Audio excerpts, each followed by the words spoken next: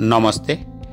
श्री परमज्योति चमत्कार बांगालोर मु प्रभाकरन एस मु एक दुर्घटनार शिकार हेली एवं मोर बाम हाथ कहुणीर हाड़ खसीगला। मु 2 थर ऑपरेशन कराइली किंतु मो कहुणीटी पूरापूरी ठीक हैला नहीं। थरे सौभाग्यवशत मु एक भक्त को भेटिली एवं से मते परमज्योति विषय जणाइले एवं प्रार्थना करने को कहले। तापरे मु प्रक्रिया मानकरे जोग देवा आरंभ कली जेहेतु कौनसी डाक्तर मते साहाय्य करि नथिले एवं प्रथमे जो ऑपरेशन होइतिला ता कहुणीर हाड़ सेट करवा सफल होई पारि नथिला। मु श्री परमज्योति को असहाय होई प्रार्थना कली। मु परमज्योति उपरे संपूर्ण भरोसा और विश्वास रखी समस्त प्रक्रिया रे जोग देली। मोर कहुणीर जंत्रणा कमी जाइछि एवं वर्तमान मु मोर हाथ को सठिक भाव बिना जंत्रणा एवं कष्टरे बुलाई पारुछि।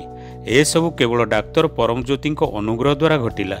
जय बोल आरोग्य प्रदाता वैदेश्वर श्री परमज्योति जय। तांकु अशेष धन्यवाद जनाउछि।